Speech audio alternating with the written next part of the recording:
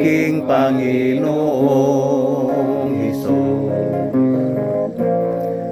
Ako'y inibig mo, ako'y inibig mo, ilang kilubog.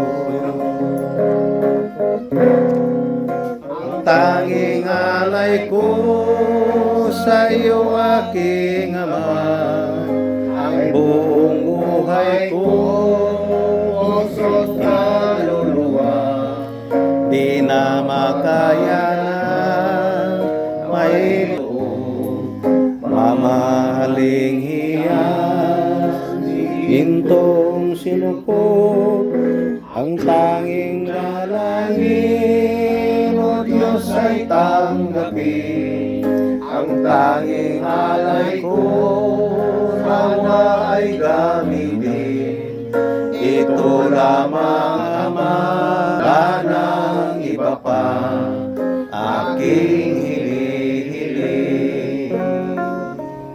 Parehong manilo, pagampo sa magasa.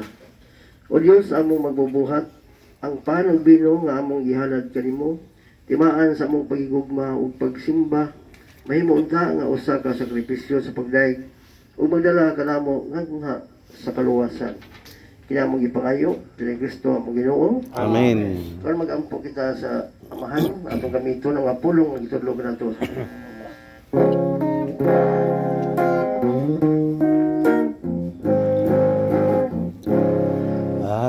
Amahan mo nga anak sa mga langit, pagdaigon ang imong ngalan, umabot ka na mo ang imong gingharian, mahatuman ang iyong pagbuot,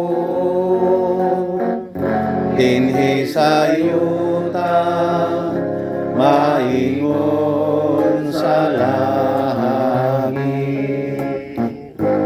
Ang kalano namo sa matag adlaw, ihatag ka namo karon adlaw,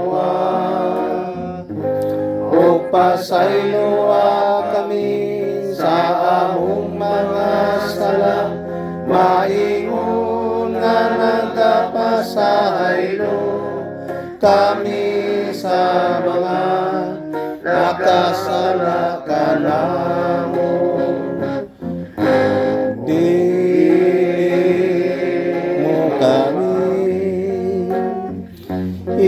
itugyan sa panulay, hinunoa luwasa kami